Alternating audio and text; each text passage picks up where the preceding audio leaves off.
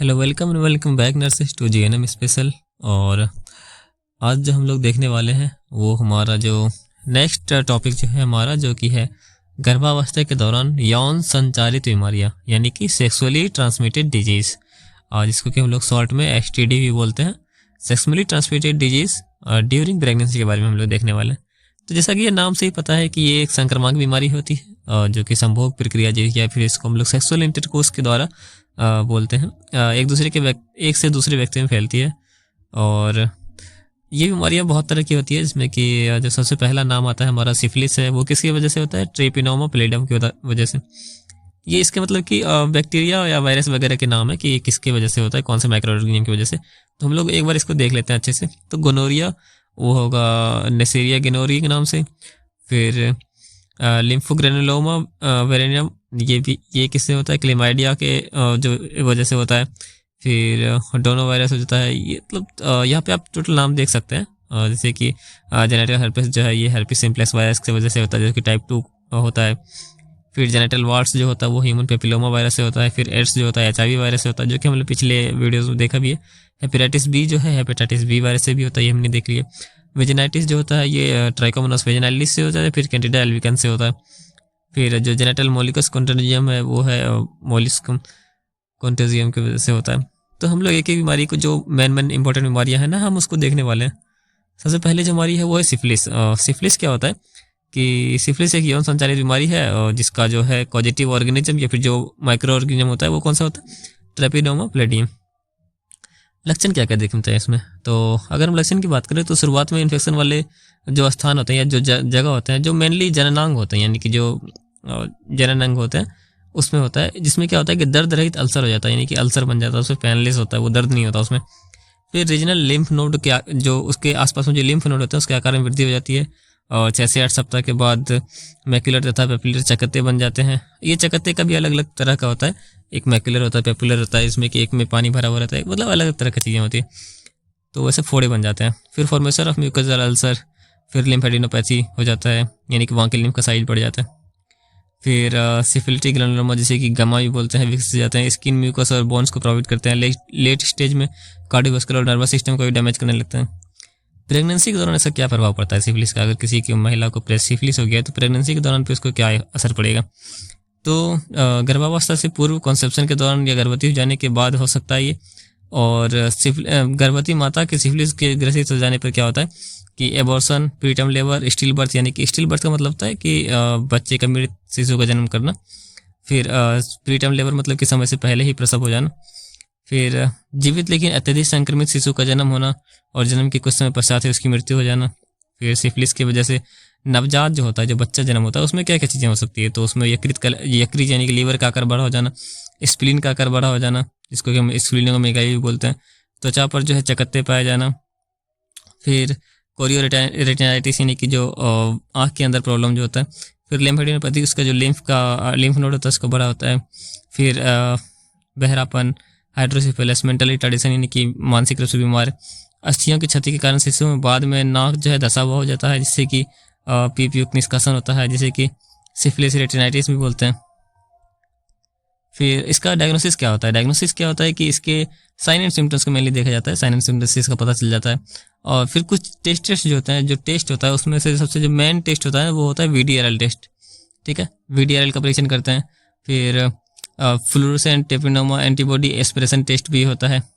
ठीक है, ये भी एक स्पेसिफिक टेस्ट है जिसका उपयोग VDRL पोजीशन, जब VDRL टेस्ट अगर पॉजिटिव आ जाता है ना, अगर ये टेस्ट किया हमने और ये पॉजिटिव आ गया तो उसके बाद हम फिर ये करते हैं FTAT, जिसको हम लोग फ्लोरोसेंट ट्रेपिनोमल एंटीबॉडी एस्पिरेशन टेस्ट। ये स्पेसिफिक टेस्ट है जिसका उपयोग VDRL का परीक्षण के पॉजिटिव आ जाने के बाद पुनः कन्फर्मेशन के लिए किया जाता है। फिर सिफिलिस का कन्फर्मेशन के लिए ट्रेपिनोमा पैलिडियम इम्यूनाइजेशन टेस्ट का उपयोग किया जाता है। और गर्भवती महिला के पति का भी VDRL परीक्षण वगैरह किया जाता है कि कहीं की, क्योंकि उन दोनों के बीच में सेक्सुअल एक्टिविटी हुई होगी तो हो सकता है। और पिछले 3 महीने तक होता है ना, उसमें भी फैलने के चांसेस रहते हैं, तो इसीलिए ज़रूरी होता है चेक करना। फिर इसका मैनेजमेंट क्या होता है? गर्भवती महिला है तो उसका मैनेजमेंट क्या करेंगे कि इसका लेटेंट स्टेज, प्राथमिक अवस्था है, इस तरह की अवस्था है तो जो बेंजीथाइन पेनिसिलिन होता है जी, उसका सिंगल डोज दिया जाता है, यानी कि हम लोग एंटीबायोटिक देते हैं एक तरह से। ठीक है, और अगर सेकेंडरी सिफिलिस हुआ है तो कुछ चिकित्सक 1 सप्ताह के बाद इसकी सेकंड डोज देना प्रेफर करते हैं। और सेकेंडरी सिफिलिस मतलब कि एक बार हो गया था फिर दोबारा हो गया तो ठीक है, प्राइमरी मतलब कि पहली बार हुआ है तो फिर यदि सिफिलिस की अवधि 1 वर्ष से अधिक है तो ये पेनिसिलिन जो है इसको 2.5 मिलियन पर यूनिट की 3 डोज साप्ताहिक देनी होती है।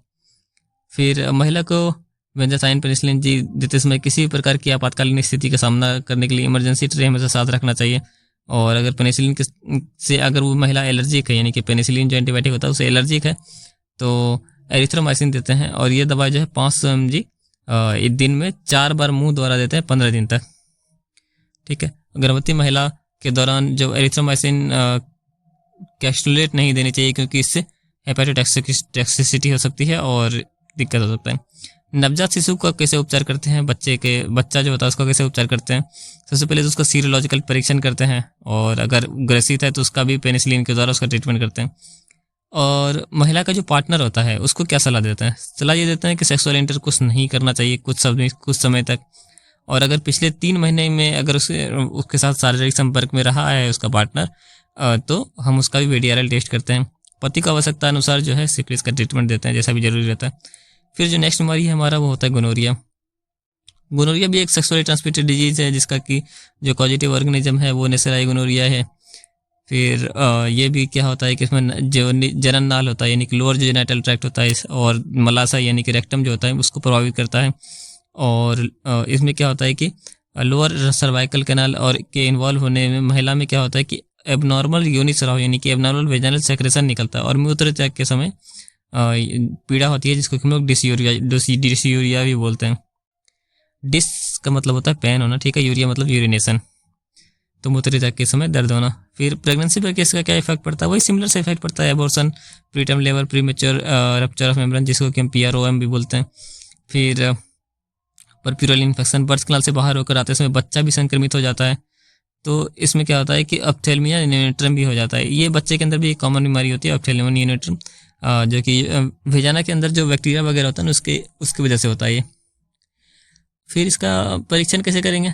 तो वही क्लिनिकल लक्षण का पहले उपस्थिति देखेंगे, और कन्फर्मेशन के लिए हम यूरेथ्रा और सर्विक्स का जो है सीमर करते हैं, जो उसका मतलब कि लेके, और ग्राम नेगेटिव अंतःकोशिकीय डायलिकोकोकाई यानी कि ग्राम नेगेटिव इंट्रासेलुलर डायलिकोकोकाई की आइडेंटिफिकेशन के आधार पर भी किया जाता है। तो ये भी एक टेस्ट होता है, ठीक है। तो हम लोग अगर पता चले क्या कन्फर्म है, मैनेजमेंट कैसे करेंगे? तो गर्भवती महिला है तो उसको सेफ्ट्रिएक्सोन 125 mg की सिंगल डोज IM दे देते हैं, और टैबलेट भी दे देते हैं 400 mg सिंगल डोज।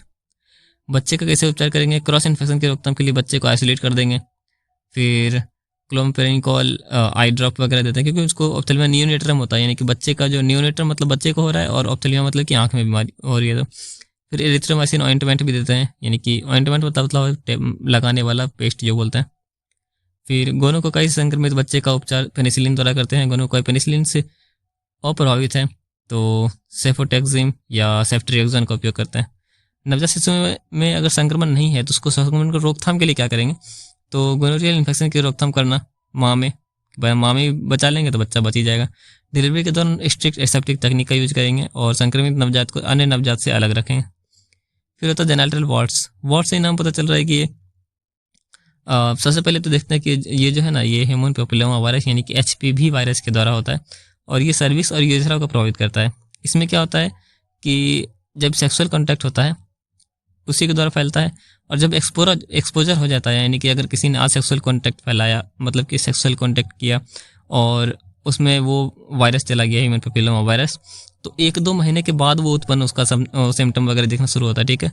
और वॉट यानी कि एक तरह से फोड़े जैसा चीज़ें बन जाती है, चकत्ते जैसा। तो इसका आकार पिन की नोक से लेकर सुपारी जितना बड़ा हो सकता है, और कुछ केसेस में अत्यधिक फैल जाता है, पूरे वेजाना को ढक लेता है। कभी कभी ये पेरिनियम तथा थाई तक भी फैल जाता है, पूरा फैल जाता है ये। फिर इसका ट्रीटमेंट की अगर बात करें या फिर प्रिवेंशन की बात करें, तो वही है कि साइटोटॉक्सिक एजेंट, क्रायोथेरेपी, इलेक्ट्रोक्योरिटी, जिसमें कि इस प्रक्रिया द्वारा महिला को लोकल या जनरल एनेस्थीसिया देने के बाद ही किया जाता है, क्योंकि क्योरिटी में मतलब होता है खरीचना, ठीक है। इलेक्ट्रोक्योरिटी मतलब कि थोड़ा दर्द वाली प्रोसीजर है, तो इसीलिए एनेस्थीसिया दे के किया जाता है। सर्जरी द्वारा वार्ड को काट के हटा देंगे, और वार्ड की रोकथाम में तो महिला के जो अनप्रोटेक्टिव सेक्सुअल एक्ट है उसे दूर रहने के लिए कहेंगे, कॉन्डम का उपयोग करने के लिए बोलेंगे, और जेनिटल्स और पेरिनियल एरिया को अच्छे से साफ रखने के लिए, यानी कि स्वच्छ रखने के लिए सलाह देंगे। फिर क्लेमाइडिया का इन्फेक्शन। क्लेमाइडिया जो है इसका जो कॉजेटिव ऑर्गेनिज्म है, यानी कि जिस वजह से होता है जो वायरस बैक्टीरिया होता है उसका भी नाम होता है क्लेमाइडिया ट्रैकोमैटिस। इसका अगर लक्षण की बात करें तो ये वेजाइनल से डिस्चार्ज होगा, ईचिंग यानी कि खुजली होगी, संभोग के दौरान दर्द होगा, डिस का मतलब दर्द, और पेरियूनिया मतलब कि सेक्स करना एक तरह से, तो उसके दौरान दर्द होता है। फिर डिसयूरिया मतलब कि दर्द, और यूरिया मतलब कि यूरिनेशन यानी कि मूत्रत्याग के दौरान दर्द, हल्का फीवर होगा, और एब्डोमिनल को जो उदर होता है यानी कि हमारे पेट जो होता है उसके दाएं ऊपरी भाग में दर्द होता है। फिर इफेक्ट ऑफ क्लेमाइडिया और इन्फेक्शन ऑन प्रेगनेंसी पे क्या इफेक्ट होता है? प्रेगनेंसी पे इफेक्ट की अगर बात करें तो जो समय से पहले यानी कि प्री टर्म लेबर होना, समय से पूर्व प्रसव होना, और फिर कोरियोअम्नियोटाइटिस यानी कि जो एमनियोटिक फ्लूइड होता है उसमें भी इन्फेक्शन हो सकता है। फिर प्रीमेच्योर रप्चर ऑफ मेम्ब्रेन जिसको कि हम लोग PROM बोलते हैं। फिर जो स्टिल बर्थ यानी कि बच्चे जो है मरा हुआ बच्चा पैदा होता है। नवजात शिशु में कंजक्टिवाइटिस यानी कि जो आँख का होता है उसका एक तरह से इन्फेक्शन हो जाता है, या फिर उसको निमोनिया हो सकता है। डायग्नोसिस कैसे करते हैं? तो इसका मौजूदगी का पता लगाने के लिए सर्विक्स और यूरेथ्रा से लिए गए मटेरियल का कल्चर किया जाता है लैब में ले जाके, ठीक है, उससे पता करते हैं। अगर पॉजिटिव आया तो उसका मैनेजमेंट करेंगे। तो महिला का उपचार कैसे करेंगे? तो क्लेमाइडिया इन्फेक्शन के डायग्नोसिस हो जाने के बाद महिला को 500 mg एरिथ्रोमाइसिन 4 बार ओरली 7 दिन के लिए दिया जाता है। 500 mg दिन में 4 बार, मुंह से 7 दिन के लिए, ठीक है। और इसके जगह पर 500 mg एमोक्सिसिलिन भी दिया जाता है, लेकिन ये 3 बार ही दिया जाता है और सप्ताह में 7 दिन के लिए दिया जा सकता है। फिर नवजात शिशु जो है उसका कैसे इन्फेक्शन मतलब कि इलाज करेंगे?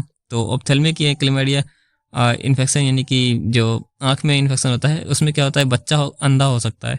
इसका मतलब बच्चे का अंधा होने का एक प्रमुख कारण होता है। तो इसकी रोकथाम के लिए जन्म के बाद क्लोरामफेनिकोल आई ड्रॉप आता है, तो उसको देते हैं, या फिर एरिथ्रोमाइसिन ऑइंटमेंट है उसका उपयोग करते हैं। यदि नवजात में क्लेमाइडिया का इन्फेक्शन मौजूद है तो एरिथ्रोमाइसिन का उपयोग करेंगे। और हेपेटाइटिस बी तथा एड्स का अध्ययन जो है हमने पिछले अध्याय में कर लिया है, तो इसमें उसका अध्ययन करने की ज़रूरत नहीं है। और भी आगे अगर आएगा तो हम लोग अध्ययन करेंगे। और जो हमारा नेक्स्ट टॉपिक होगा वो होगा टॉर्च और ऑस्टियोमाइलिसिस। ये सारी चीज़ें हम नेक्स्ट टॉपिक में देखने वाले हैं नेक्स्ट वीडियो में।